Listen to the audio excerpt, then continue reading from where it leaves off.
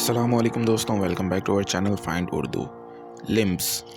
Limbs का मतलब है हाथ, पाँव या बदन के आज़ा।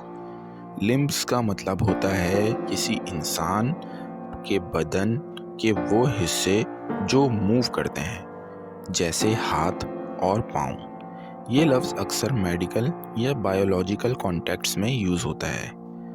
फॉर एग्ज़ाम्पल, अगर किसी शख्स का लिम्ब इंजर्ड हो जाए तो उसकी मूवमेंट में मुश्किल हो सकती है। He injured one of his limbs during the accident. वो एक्सीडेंट के दौरान अपना एक हाथ या पाँव ज़ख्मी कर बैठा।